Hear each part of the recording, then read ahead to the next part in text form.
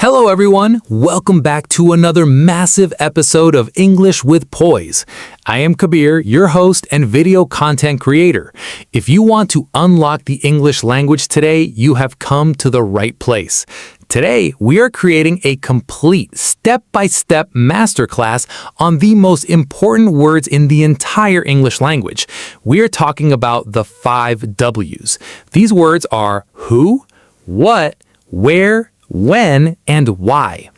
If you do not know these 5 words, you cannot ask questions. And if you cannot ask questions, you cannot start a conversation. To help me guide you through this giant vocabulary lesson today, I am joined by my fantastic co-host. She is a phenomenal language coach who knows exactly how to make fast English sound incredibly clear. Welcome, Alicia. Thank you so much, Kabir. Wow, I can feel the energy in the studio today. Hello to our incredible global family of beginner learners. I am Alicia. I love today's topic because question words are like keys. If you have the right key, you can open any door in a conversation. Today is going to be a big, deep episode. We're going to write down lots of examples, correct common mistakes, and practice our pronunciation at a fun, lively pace. We're going to look at each word one by one. By the end of this audio lesson, you will know exactly how to use who, what, where, when, and why without any hesitation. That is right, Alicia. We're going to move fast, but we will keep our sentences very simple so our beginners can keep up easily. Let's start with a basic rule. In English, when we want to learn information, we put these question words at the very beginning of our sentence. Let's introduce our first magic word of the day, who. Alicia, can you explain the simple meaning of who to our audience? Absolutely, Kabir. The word who is used when we are asking about a person or multiple people. We never use who for objects, animals, or places, only for humans. Let's look at the most basic example in the world. Who are you?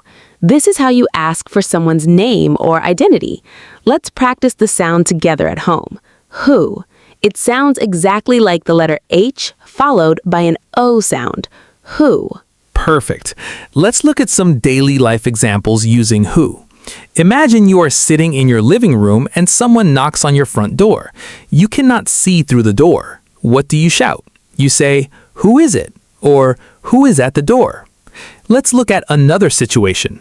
You see a beautiful photograph on your friend's phone. You point to a person in the photo and ask, "Who is this man?" or "Who is that woman?" These are simple, direct questions that help you identify people around you. Yes, Kabir, and notice the grammar structure here. For beginners, the formula is usually who plus is plus person or pronoun. Let's look at a few more examples to build your confidence. Who is your English teacher? Who are those children playing in the park? Who is your best friend? But wait, Kabir, there's a second way to use who when we want to talk about an action. We can put an action verb directly after the word who. Oh, that is a fantastic point, Alicia. Let's highlight that structure. The formula changes to who plus action verb. For example, imagine you enter the kitchen and find a delicious chocolate cake on the table, but half of it is missing. You want to know which person did this action. You ask, "Who ate my cake?" Or imagine you're planning a weekend trip to the mountains, and you need to know who wants to join you. You look at your family and ask, "Who wants to go with me?" Those are excellent examples, Kabir. Let's give our audience 3 more sentences with this pattern so they can repeat them out loud. Who lives in this big house? Who wrote this beautiful English book? Who speaks English fluently in your family? Now, let's look at a common mistake that beginner students make with the word who. Many times, students translate directly from their native language and say, "Which person is your brother?" While people can understand you, native speakers almost never say, "Which person?" Instead, keep it simple and clean. Just say, "Who is your brother?" That is a very useful correction, Alicia. Which person sounds unnatural. Just use who. Now let's talk about another common confusion. Beginners often mix up who and he or she. Remember, who is only for the question. He or she is for the answer. Let's see a short dialogue. Question: Who cooks dinner every night? Answer: She cooks dinner every night. See how easy that is? Who turns into she or he in the reply. Exactly, Kabir. Now let's move forward and introduce our second master word of the day, what. This is probably the word that beginners hear the most. We use the word what when we are asking about an object, an animal, a concept, or an action. We never use what for people. It's strictly for things. Let's look at the classic beginner question. What is your name? Your name is a concept, a thing, so we use what. Let's look at another everyday example. You're sitting at a restaurant and your friend is looking at a menu. You want to know their choice. You ask, "What do you want to eat?" Or you see a strange animal in the garden. You don't know what species it is. You point at it and say, "What is that animal?" Let's look closely at the grammar rule for what. When we ask about a state of being, the formula is what plus is or are plus object. What is this on the table? What are those items in your bag? But when we ask about a daily action, we must use our helping verbs, do or does. The formula becomes what plus do or does plus person plus action verb. Let's give our audience some high-speed examples to practice. What do you do for work? This means, what is your job? What does your father like to read? What do they study on weekends? Let's slow down on that first example for a second, Alicia, because it trips up a lot of beginner students. When someone asks you, what do you do? They're not asking what you're doing with your hands right this millisecond. They're asking about your profession or your occupation. So if someone asks me, Kabir, what do you do? I answer, I am a video content creator. If they ask you, Alicia, you say, I am a language coach. That is a brilliant clarification, Kabir. It's a classic trap for language learners. Now, let's look at another very common mistake with what. Many times, when a student doesn't understand a sentence during a conversation, they will shout, "What?" to the other person. As we mentioned in our previous episode about politeness, shouting what can sound a bit direct or aggressive. If you want to use the word what politely, you can wrap it inside a beautiful phrase. What did you say, please? Or what do you mean? Yes, adding those extra words changes everything. It sounds gentle and highly educated. Let's practice saying that together at home. What did you say, please? Now, let's explore a special way to use what to talk about time. Beginners often learn the question, what time is it? That is excellent, but you can also use what to ask about days or dates. For example, what day is it today? Or what month is your birthday? I love that, Kabir. What is incredibly flexible. You can combine it with nouns to get specific information. For instance, what color do you prefer? What language are you studying? What music do you like to listen to? See how what pairs perfectly with color, language, and music? It helps you focus your question on exactly what you want to discover. That is a fantastic formula for beginners to copy into their notebooks. What plus noun plus do you like? It is super easy to use during a real conversation. Now, let's transition to our third pillar word of the day, where.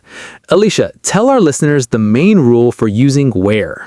The word where is our absolute champion for talking about places, locations, or positions. Whenever your question is about a building, a city, a country, a room, or even a spot on a table, the word you must choose is where. Let's look at the most famous question for international students. Where are you from? This question asks about your home country or your home city. For example, if a student asks me, I say, I am from Canada. Kabir, where are you from? I am from Nepal, Alicia, and I love asking that question to my viewers on YouTube because it helps me see our massive, diverse global audience. Let's look at some other daily examples using where. Imagine you're getting ready to leave your house and you cannot find your car keys. You look everywhere, under the sofa, on the kitchen counter, in your jacket pocket. You get frustrated and say, "Where are my keys?" Or imagine you're walking down a strange street in a new city and you need to find the train station. You stop a polite stranger and say, "Excuse me, where is the train station?" Those are essential survival questions, Kabir. Let's examine the grammar pattern for where. Just like what, we can use where with the to be verb when we look for a static object. The formula is where plus is, are, object, place. Where is the bathroom, please? Where are the nearest restaurants? Where is my English notebook? But when we want to ask about an action or movement, we bring back our helping verbs do or does, or even did for the past tense. The formula becomes where plus do, does, did, plus person, action verb. Let's provide some excellent high-energy examples for this movement pattern. Where do you live? Where does she buy her groceries? Where did you go for your vacation last summer? Notice that in the last example, we used did because the vacation happened in the past, but the word where stays exactly the same at the beginning of the sentence. Yes, Kabir, the question word never changes its form. It is solid as a rock. Now, let's talk about a major mistake that beginners make with where. Many times, students forget to include the helping verb do or is. They'll look at a map and ask, where you go, or where the hotel. To a native speaker's ear, this sounds incomplete and broken. You must include that little connecting verb. Always check your sentence and make sure you say, where do you go? Or where is the hotel? That is a gold star tip, Alicia. Those tiny helping verbs like do and is are the glue that holds the entire English language together. Do not drop the glue. Let's look at a cool phrase that uses where in a friendly way. When you're walking with a friend and you want to choose a place to sit or eat, you can ask, where to? This is a very short, casual idiom that native speakers use. It simply means, where should we go next? Oh, I use where to all the time when I get into a taxi cab. I sit down and the driver looks at me in the mirror and says, where to, miss? It's fast, natural, and highly practical. Now, let's turn our attention to the fourth fundamental question word of the day, when. Kabir, what is the prime rule for when? The word when is our master key for time, dates, days, years, and moments. Whenever you want to know the clock time or the calendar date of an event, when is your go-to word. Let's look at a very common everyday example. When do you wake up in the morning? This question asks about your daily routine time. You can answer, I wake up at 6 a.m. Let's look at another one. When is your English exam? The answer could be a day of the week, like my exam is on Tuesday, or a specific date, like my exam is on October 10th. Let's look at the grammar formulas for when. When we ask about a fixed event on a calendar, the structure is when plus is plus event. When is the next holiday? When is your sister's wedding? When is the soccer match? But when we talk about actions, we use our favorite helping verbs again. When plus do, does, did, plus person, action verb. Let's practice these out loud together. When does the train arrive? When do you practice speaking English? When did you finish your homework last night? Now, Alicia, I want to clarify a very common point of confusion for our beginner students. Many learners ask me, Kabir, what is the difference between what time and when? This is a brilliant question. The answer is simple. What time is very specific. It wants an answer with numbers from a clock, like 4:30 p.m. or 8 a.m. But when is much broader.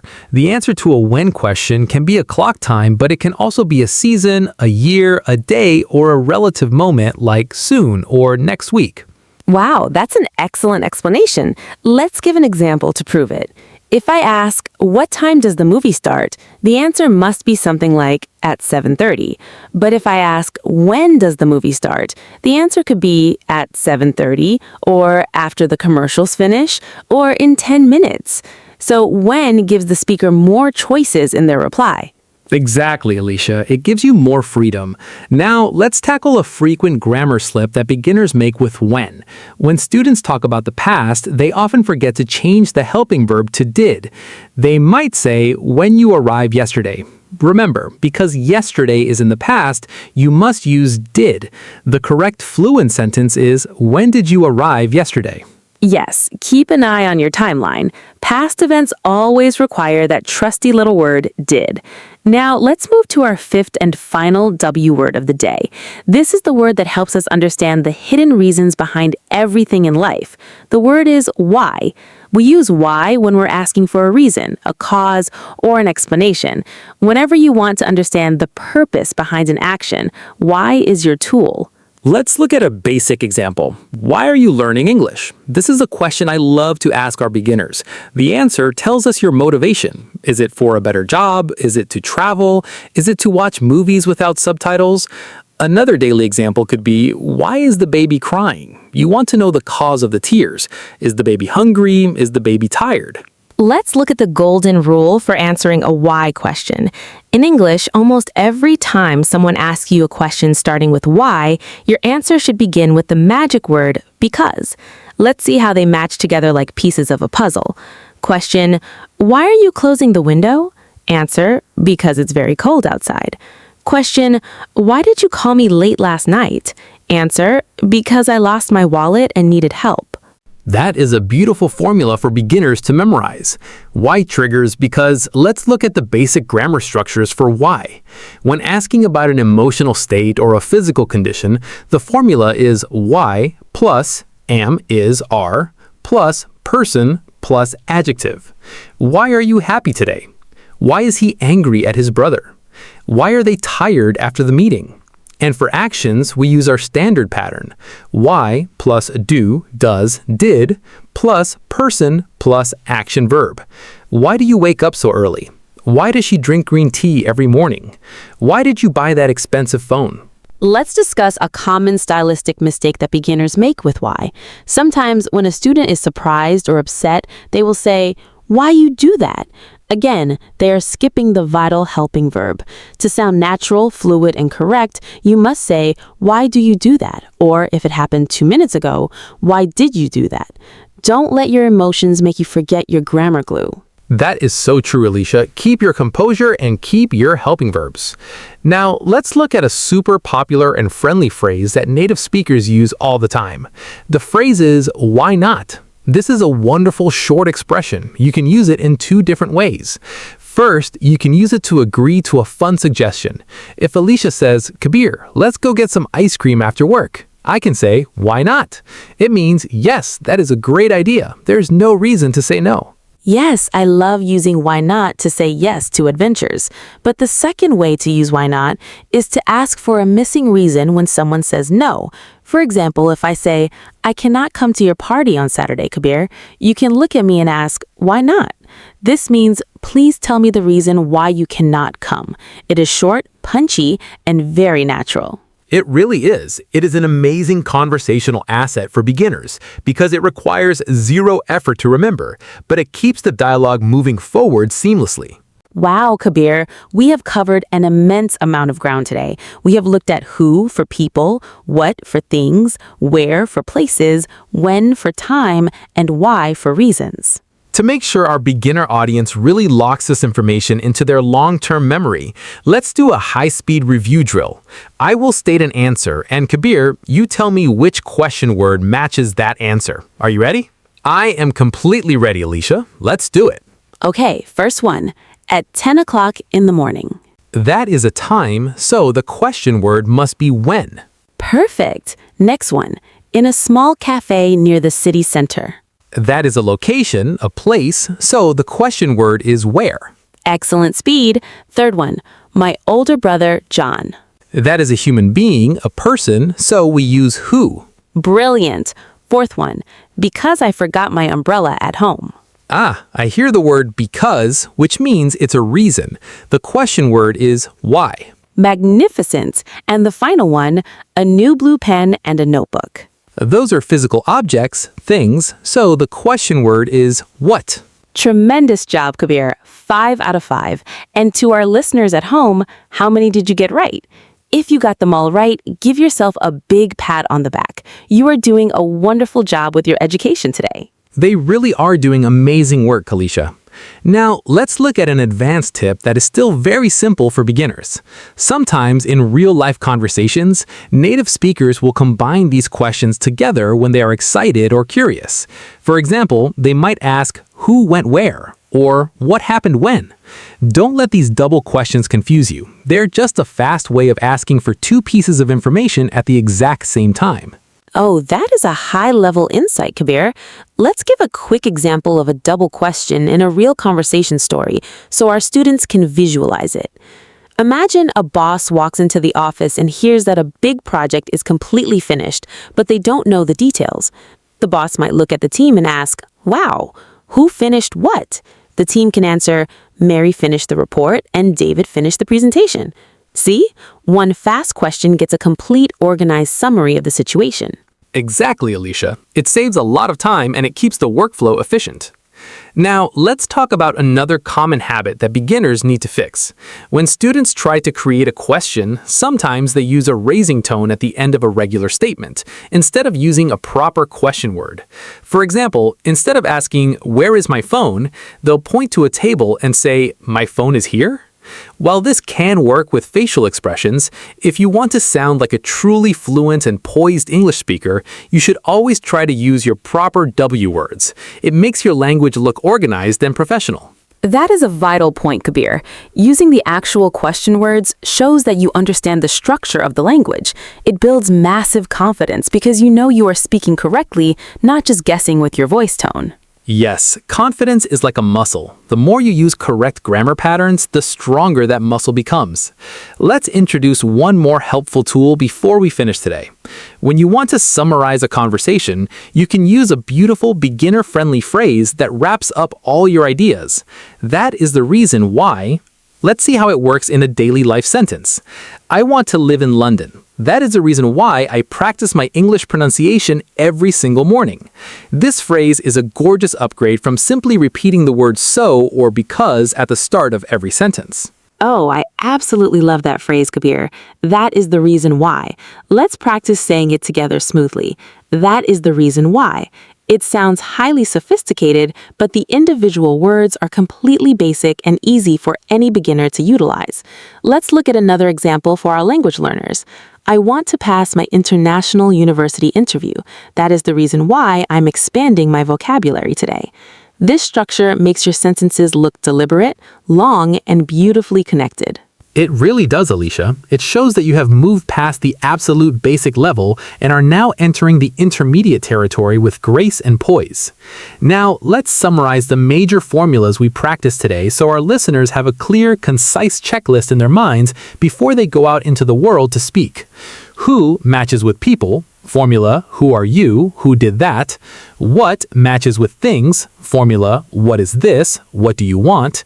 Where matches with places. Formula, where do you live, where is the station. When matches with time. Formula, when is the meeting, when did you arrive. Why matches with reasons. Formula, why are you happy, why did you call. What a spectacular summary, Kabir. If our global student community can master just this simple 5-part matrix, their capability to communicate with international colleagues, teachers, and friends will double overnight. You don't need a huge, heavy dictionary of rare words to be a great conversationalist. You just need to know how to ask correct questions using who, what, where, when, and why. I agree 100%, Alicia. The person who asks the questions is the person who controls the direction of the conversation. It's a fantastic superpower to possess when you're exploring a new language. Take your time to structure your sentence perfectly. To help you get started, let me give you a couple of very simple templates you can copy and customize. Where is your favorite place to study English? Why do you love listening to this podcast? Who is your favorite English speaker? Pick any template you like, fill in your own details, and post it down below. Alicia and I will be personally monitoring the comments over the next few days. We'll read your questions, fix any minor typos or missing helping verbs with lots of encouragement, and cheer you on as you grow. This online space is your safe, friendly classroom. Never feel afraid of making a mistake here. Yes, please share your voice with us. Writing down a correct sentence is the absolute best method to turn passive listening into permanent active knowledge. An immense thank you to Kabir for this high-velocity, energetic conversation today, and a massive expression of gratitude to every single beginner student tuning in to English with Poise. By dedicating your precious time to your education today, you are actively building a brighter, more confident future. You are all doing a truly magnificent job on this language journey. Keep your sentences clean, don't drop your helping verbs, practice your question words with your friends today, and always speak with confidence. Goodbye, everyone. Trust the process, enjoy the adventure of learning, and have an absolutely beautiful day ahead. We'll see you in our very next episode. Bye-bye.